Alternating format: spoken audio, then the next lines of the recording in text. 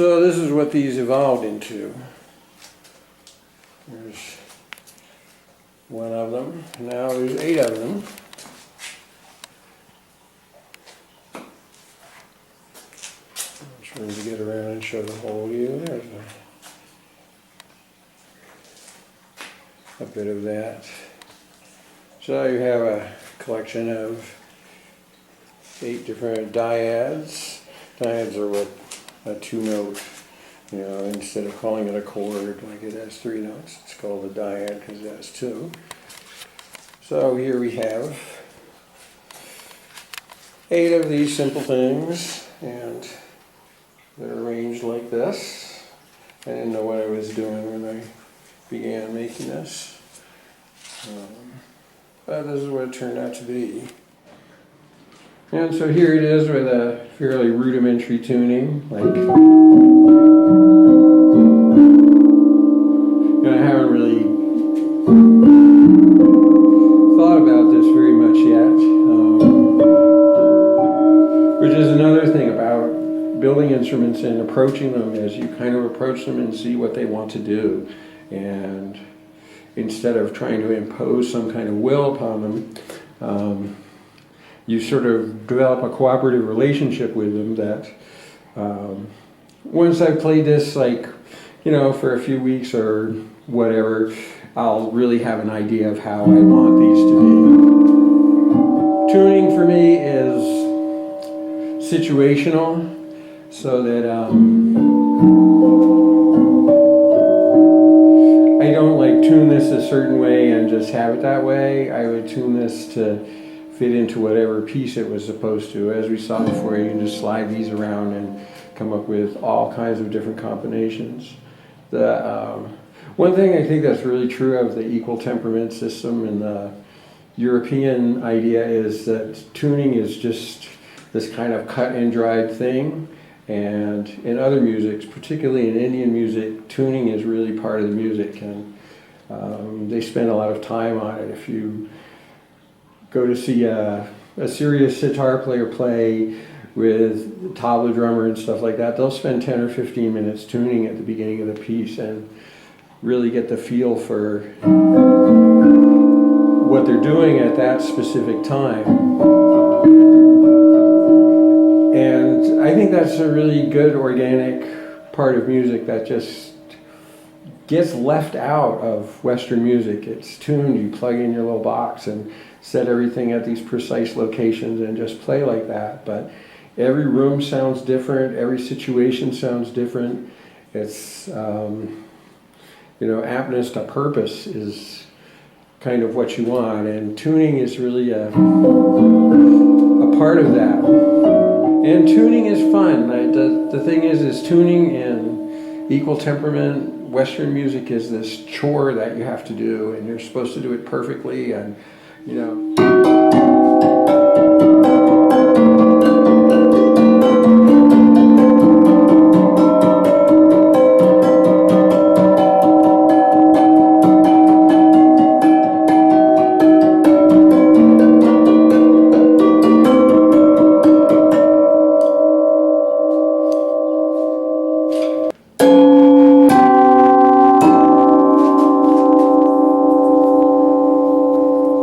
So you probably noticed that there's no reverb or anything on this. This is just what it sounds like. And these kind of strings have a great deal of sustain to them, and steel likes to support sound too. So that adds to the sustain. Who needs reverb? And there's a couple of reasons for this, and I'm in the process of deciding whether I want to make it less so. One of the ways I would do that if I wanted to make it less so is, instead of using this sort of bridge, which is just naked plain steel on the bottom, I would put a pad on it like that, and that would cut down a lot of what goes into this part of the body there. Let's see, there you hear the resonance of the whole instrument. And what that allows it to do is all the other strings behave as sympathetic strings when you play one of them. as this dies out, you'll hear kind of the whole thing. Maybe you won't. Anyway, but it does allow that, and so padding the bridge would be one way to do that. Another way to do that is in here. These are clamped on to, well, let's take a closer look.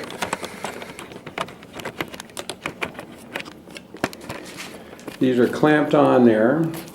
There's the, from the back, let me get around there. In the back, is there enough light? Add a little more. These are kind of bolted on there and clamped to these stanchions. And another way to kill a lot of the sustain and reverb would be to pad between there. You know, put a cork or rubber or something like that in there.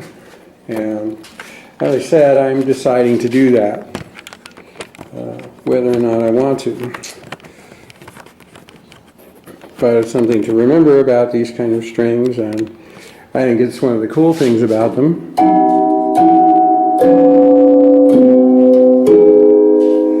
But if I wanted this to be more dissonant and I wanted to get more contrast instead of blended tones, I would pad it a lot. And another thing that can be done with that is strings can be damped. So you have like that, and this is a balloon with sand in it. And if you hung that over that, you'd get a much shorter response. There you can really hear the sympathy of the other strings,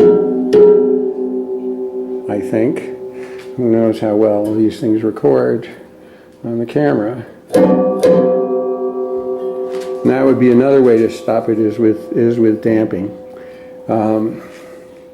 So just a consideration, and as I said, I haven't made my mind up yet whether I kind of like it like this with all of its reverb and all of its blended harmoniousness, but you know, if I make another one, you know, and that's another thing, is these aren't very hard, so I can make another one in like a day and just pad that and really damp it down, and that would be more abrupt and percussive. So this would be the harmonious one, and I'd have a more dissonant one too. So the thing I like about all these instruments is that none of them involves grabbing something, which is the stringed instruments that we mostly use, guitars and violins and like that, you're always grabbing it.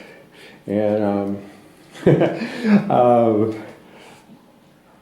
it's tight-fisted and it's kind of tense, where like this you could just like, you know, get a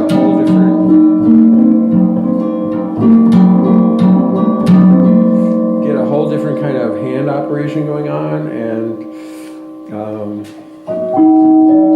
there's probably a sense that grabbing and hitting all the time makes music that only kind of grabs things and hits them, rather than ones that just... And so you have all these things that you can do with open strings that, I don't know, it's just something that's really not looked upon very much in our music, which I kind of think tends to make European-derived music very male, you know, because men like to grab things and do this with it. And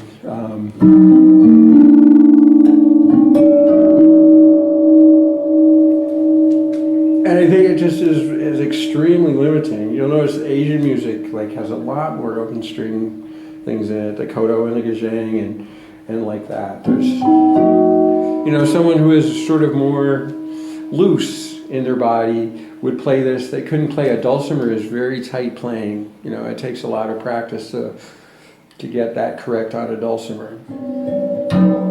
I do think that with these open string relationships, with these open strings, the relationships that we develop with our sense of tuning and the way that we use our hands to play them just opens up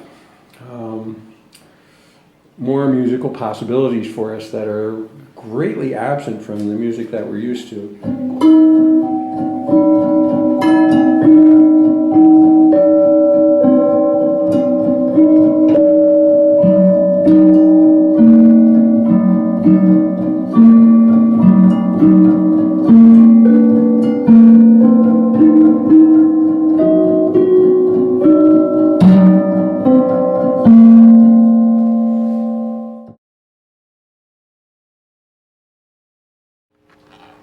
So this is an example of essentially the same thing. Those are the pegs to hold the strings. There's all the bridges. This has a bigger pickup on it. And there's the tuners up there. Actually, these are tuners at this end, and those are tuners at that end. And the same kind of bridges. And this one has 11 strings. And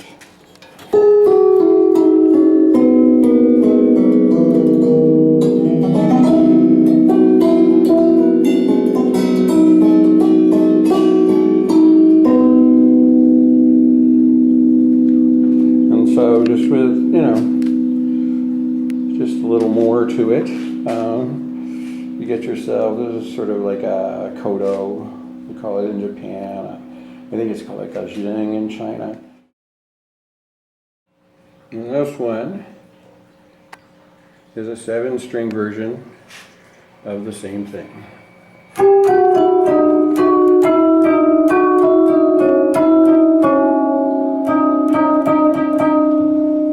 You can also play these with sticks, but it's exactly the same thing. The more strings that you add, the more support you need this way, because the tension of the strings will bend steel. I made a very elaborate 25-string one once, and I couldn't figure out why I couldn't get it to stay in tune, and I realized each time I was tuning it, I was bending the frame. There's a lot of pressure on these. Anyway, that's, I can't really see it too well. In this case, these bridges, there you see this one, I made the T-bar. That's welded. The vertical is just welded to the horizontal in this case, because I couldn't find that T-bar. Anyway.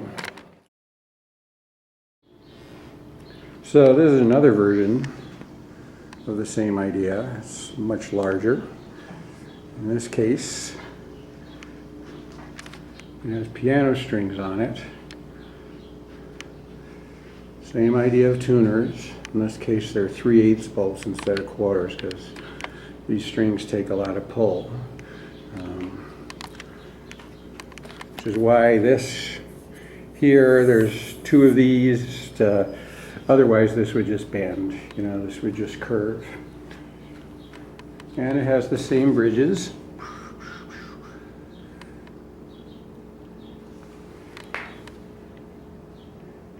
And in this case too, it has this on it, this piece of felt run through the strings so that you don't hear quite so much of this end of the overtones. It sort of damps them a little bit. This up here is a damper as well. It just keeps them from sustaining too long.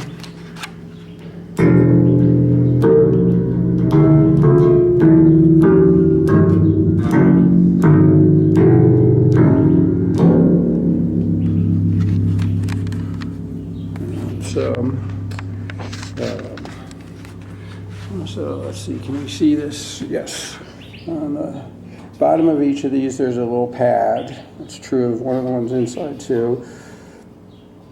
And that just lets them sit better on this plate. Otherwise they tend to rattle and buzz a little bit. So this is a bass one.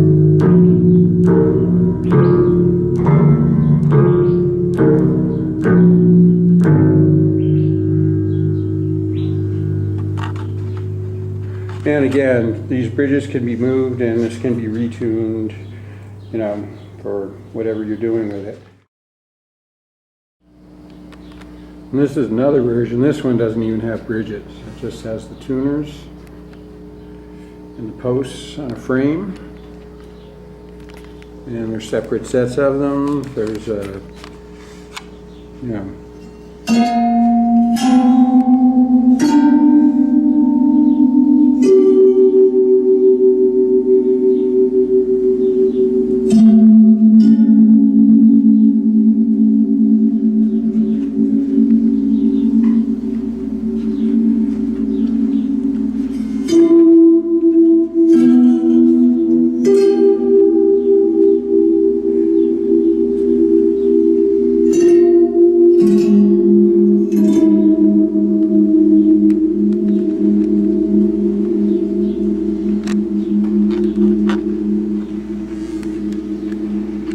and this gets its sound from its 3 strings are close but not exactly tuned, so that they kind of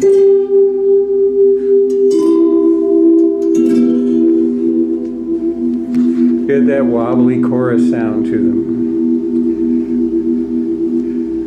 One thing that's nice about these strings as well, you could hit these with sticks too. I have awesome thumbnails, so I don't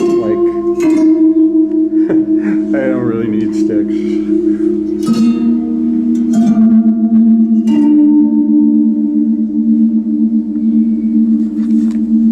But that's another, the same string thing just has all kinds of applications and uses for it that can bring all kinds of musical pleasures.